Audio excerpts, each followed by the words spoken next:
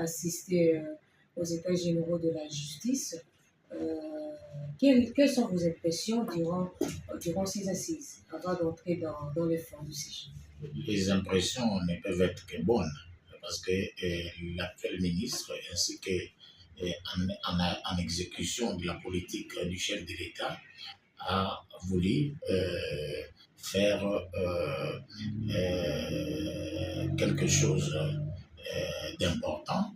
Donc les impressions sont bonnes parce que les bonnes initiatives pour guérir la justice des maux dont elle souffre ne peuvent être que les bienfaits. En tout cas, nous étions très contents parce que c'est pour la première fois qu'on trouve un ministre de la justice et qui puisse prendre des initiatives pour arranger les maux qui rongent son secteur aussitôt qu'il a été désigné.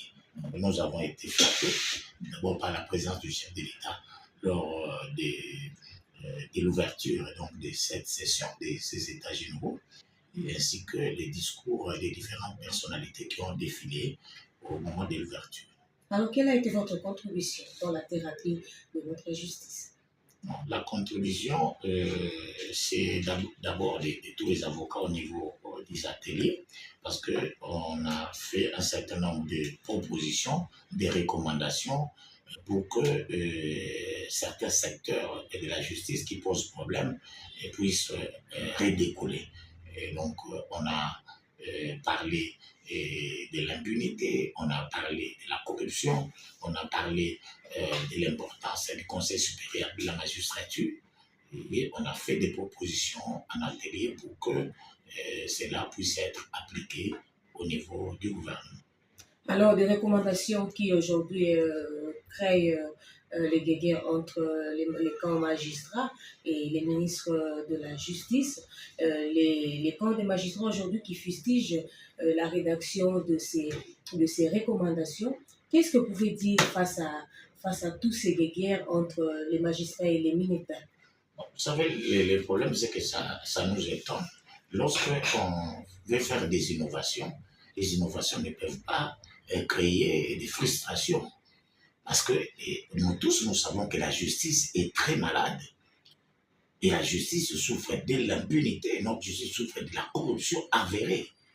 Et donc, lorsque un ministre, parce que le ministre, c'est celui qui exécute la politique du gouvernement.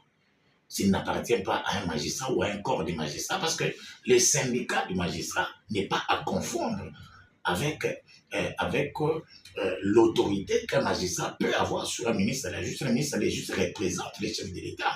C'est lui l'incarnation de la politique de la justice. Alors, on peut dire aujourd'hui que ces camps combattent les chefs de l'État? Bien sûr, un juge ne peut pas s'élever contre un ministre de la justice. Un magistrat ne peut pas s'élever contre les chefs de l'État parce que les chefs de l'État est comme les garants de la justice. C'est lui l'incarnation même de la justice. Le magistrat suprême. Oui, parce que c'est comme ça qu'on l'appelle magistrat suprême. Donc c'est celui qui met en mouvement la politique de la justice dans toute l'étendue de la République. Et il a comme soutien le ministre de la Justice. Donc, les magistrats, s'ils ont des propositions à faire, ils doivent les faire avec les canons qu'il faut. Mais aujourd'hui, et je suis tout à fait d'accord avec le ministre de la Justice et le président de la République, parce que la justice doit changer, comme il a dit, ici et maintenant. Et c'est une obligation. Les magistrats ont porté plainte contre les rédacteurs de ces recommandations. Et selon vous, qu'est-ce qu'il faut pour enfin mettre fin à ces tractations entre les camps magistrats et les ministres de la Justice? Les magistrats ont un cadre de concertation. Les magistrats n'ont pas intérêt à aller en guerre contre les ministres de la Justice. Nous avons suivi les chefs de l'État. Le chef de l'État l'a dit que le ministre de la Justice a son soutien. Et ce qu'il est en train de faire ne vient pas de lui. Le chef de l'État l'a dit expressement. Il a dit que le temps d'avertissement est passé. Donc, les histoires par rapport aux recommandations, parce que je ne sais pas sur quoi les gens veulent tabler. Parce que lorsqu'on fait des propositions pour dire qu'il y a certains hauts magistrats qui ne sont pas contrôlés, c'est une évidence. Je peux vous donner des exemples, sont les gens. Parce qu'il y a des chefs des hautes juridictions qui doivent également, comme magistrats, être contrôlés. Leur travail doit être censuré pour éviter que les magistrats qui se trouvent au bas de l'échelle puissent prétendre que les instructions viennent de la hiérarchie. Parce que les mots dont souffre notre pays, ce n'est pas seulement les interférences au niveau de la hiérarchie. Il y a également les mots internes qui sont dus à beaucoup d'autres facteurs. Maître Gérard, une question de curiosité. Le ministre de la Justice, c'est un avocat comme vous. Vous aussi, vous êtes avocat. Mais quand on parle d'états généraux de la justice, on a comme l'impression qu'on ne s'attaque aux magistrats, mais vous aussi, les avocats, vous faites aussi partie du corps de ce qu'on appelle la justice. Vous contribuez sérieusement à ce qui concerne la justice. Mais est-ce qu'il y a que les magistrats qui sont immoraux, vous les avocats, vous n'êtes pas des immoraux? Non, c'est là d'ailleurs que justifie la démarche de l'actuel ministre. L'actuel ministre a fait appel à tout le monde. Et tout le monde, nous avons même les artistes musiciens prendre part aux états généraux. C'est un problème général. Et nous ne pouvons pas, parce qu'il n'y a pas seulement, il y a des parties. Parce qu'il y a d'une part, dans la justice, vous avez les juges et les magistrats. Donc, nous avons les magistrats du parquet d'une part et les magistrats assis, qu'on appelle les juges, les magistrats du siège. Nous avons les acteurs de la justice, ceux qui contribuent à la justice. Mais les immoraux, vous les trouvez dans toute la société, dans les chefs des partis, comme dans les chefs des avocats. Mais ici, lorsque nous parlons que la justice est malade, nous, principalement, nous voyons ceux qui rendent des décisions, ceux qui distribuent la justice. Ceux qui disent le droit. Ceux qui disent les droits. Principalement, il ne faut pas qu'on puisse confondre les choses. Parce que ces personnes-là reçoivent des partis, elles ne sont pas obligées d'obtempérer à ce que les partis leur disent. Ils ne sont pas non plus obligés d'obtempérer à ce que les avocats leur disent, parce qu'ils doivent être au-dessus de la mêlée. Et c'est comme ça, quand on parle de l'indépendance du juge, le juge doit être aussi indépendant vis-à-vis de lui-même. Il doit faire en sorte qu'il ne puisse être à l'abri de ses propres besoins, de ses propres gains. C'est-à-dire que lorsque vous voulez être magistrat, vous devez être indépendant vis-à-vis de lui-même. D'où l'importance de la moralité dans la justice. Aujourd'hui, de manière hasardeuse, vous ne pouvez pas accepter qu'il y ait des magistrats justes et corrects dans ce pays? Non, moi je ne peux pas le dire parce que je n'appartiens pas à ce corps. Mais c'est rare aujourd'hui de trouver une justice sans qu'il y ait l'intervention des éléments externes. C'est-à-dire? Je vous dis, parce qu'il y a aujourd'hui des personnes qui monnaient la justice. C'est connu. Aujourd'hui, un fonctionnaire ne peut pas prétendre avoir une justice équitable. Quelqu'un qui n'a pas d'argent ne peut pas prétendre avoir une justice. C'est compliqué, c'est comme ça que beaucoup de gens ont vu leur maison arrachée, ont été condamnés parce qu'ils ont manqué de moyens. Et cette situation-là doit cesser.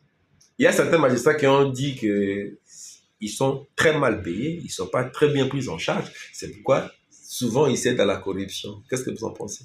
Non, parce que ça c'est un raisonnement simpliste.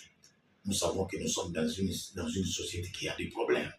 Et vous avez plusieurs catégories de personnes qui sont sous-payées et ne peuvent pas prétendre qu'ils peuvent procéder à la corruption ou à la conclusion parce qu'ils ne sont pas bien payés. Nous avons des fonctionnaires qui ne sont pas autant payés. Nous avons des policiers et des militaires qui ne sont pas autant payés. Nous sommes dans une société. Il faut moraliser la justice. La justice ne peut pas être prise en otage par des éléments extérieurs autres que... Parce que quand on parle de la justice, on parle de l'équité. L'équité. Une des exceptions de la justice, c'est l'équité. Et d'où l'importance de la moralité dans les chefs de ceux qui rendent la décision. Parce que c'est eux. Parce qu'ils peuvent être à l'abri de tous ces besoins. Ils peuvent être à l'abri des pressions. Maître Gérard, lors du discours du président du Conseil supérieur de la magistrature, il a tablé sur les assises des États généraux période Joseph Kabila Kabange, États généraux Constant Moutamba, régime Fachi, pour quelle finalité? Parce il y a eu des recommandations qui n'ont pas... Vous savez que beaucoup de gens, abouti. il y a beaucoup de gens, parce qu'on ne peut pas mettre, parce que un nouveau régime, une nouvelle manière de voir, une vision. Parce que quand le chef de l'État fait encore appel aux États généraux, parce qu'il s'est rendu compte que malgré les résolutions qui ont été prises à l'époque, n'ont pas été appliquées. Et d'ailleurs, les régimes des tristes mémoires auxquels vous faites allusion, mais je ne dirais pas la corruption qui battait son plein, l'impunité. Mais apparemment, rien n'a changé. Ça, c'est ce que vous le dites. Mais nous voyons que certaines personnalités vont en prison, ce qui n'existait pas avant. Nous voyons certains mandataires être condamnés aujourd'hui, et ce qui n'a jamais existé. Et vous avez déjà entendu parler d'un ministre être condamné à l'époque de Mobutu, à l'époque de Kabila, les pères comme de la pile. Quand il y a des avancées, il faut accepter. Au niveau de la justice, il y a beaucoup de choses à faire. Mais c'est pour la première fois qu'on trouve, par exemple, au niveau de la Cour de cassation, des condamnations des ministres. Il faut quand même parler aussi des bonnes actions. Nous n'avons pas que seulement des magistrats qui posent problème. Au niveau de la Cour constitutionnelle et au niveau de la Cour de cassation, nous voyons que le premier président a donné les tons et nous voyons les fruits. Et nous pouvons donner un autre exemple au niveau de la Cour des comptes, où nous avons vu pour la première fois qu'une Cour puisse être active et qu'elle puisse exister. Donc, ce sont des choses qui n'ont pas existé. Donc, on doit commencer quelque part, mais qu'il y a quand même un début de changement par rapport au passé. Deuxième aspect des choses, vous êtes avocat. Vous êtes très reconnu en votre qualité d'avocat. On doit aussi dire que vous êtes constitutionnaliste, publiciste. Ça fait débat, la question du changement de la Constitution. La Constitution, ça circule dans les réseaux sociaux. Le chef de l'État dit « Qui va m'empêcher, moi, garant de la nation, de réviser la Constitution ou d'en revoir ?» Vous, en tant que constitutionnaliste, est-ce que, pour l'instant, c'est opportun de pouvoir changer la Constitution de la République démocratique du Congo ou d'en revoir? Vous savez, le problème, c'est que beaucoup de gens disent quelque chose et la contraire. C'est-à-dire, quand vous qualifiez le chef de l'État du garant de la Constitution, ça veut dire qu'il apprécie s'il peut avoir la possibilité d'apprécier si les dispositions constitutionnelles sont applicables ou pas. Et on ne lui demande pas, quand on les considère comme garant de la Constitution. Et vous croyez que c'est par hasard? Mais il peut vérifier, il peut constater que certaines dispositions de la Constitution deviennent désuètes. Parce que tout le monde le sait, que la Constitution actuelle a été conçue pour une période bien déterminée et pour mettre fin à une situation de guerre. Et la Constitution elle-même le dit. Dans son préambule. Oui, il y a un certain nombre de dispositions qui ont été conçues pour essayer d'assouvir les appétits des anciens belligérants. Tel n'est pas le cas. Donc, il appartient au chef de l'État, parce que le chef de l'État ne parle pas de la révision, parle du changement de la Constitution. Et voyons voir. Moi, je ne vois pas, parce que quand il dit qu'il peut m'empêcher, c'est pour vous dire qu'il est le seul garant de la Constitution. C'est tout simplement, vous pouvez prendre comme vous pouvez prendre, mais c'est vrai. Quand on l'appelle magistrat suprême, les gens ne veulent contester, même les magistrats contestent. Mais quand on dit qu'il est garant de la Constitution, on conteste maintenant, où allons-nous? Le chef de l'État n'est-il pas magistrat suprême? Il n'est plus garant de la Constitution. Et en tant que garant de la Constitution, quel est le rôle que vous lui donnez? S'il ne peut pas faire de propositions par rapport à la révision ou au changement, qu'est-ce que lui peut faire comme garant de la Constitution? Il doit respecter la Constitution et également sonner l'alerte lorsqu'il se rend compte que certaines dispositions sont devenues désuètes. Ça fait aussi débat. On dit, au cas où le chef de l'État, qui est le garant de la Constitution, comme vous venez de le dire, changeait la Constitution, permettrait à Shinaramo, Joseph Kabila, de revenir aussi au pouvoir, puisque lui veut selon certaines opinions, il est en train de vouloir changer la Constitution pour briguer un troisième mandat. Mais au cas où il changeait la Constitution, on sera dans une nouvelle république qui donnerait droit à Kabila de revenir aussi comme challenger. Je n'aime pas beaucoup parler des gens qui ont échoué dans ce pays. Et vous allez me permettre, parce que beaucoup de gens disent du bien de ceux qui n'ont rien fait dans ce pays. Et quand il y a des changements, moi je ne sais pas parler de l'ancien régime avec à sa tête les Kabila qui ont mal géré ce pays. Et je n'ai fait aucun commentaire positif que je peux faire par rapport aux gens qui ont fait en sorte que le pays se trouve là où il se trouve. Merci, maître. Je vous en prie. L'état général de la justice et le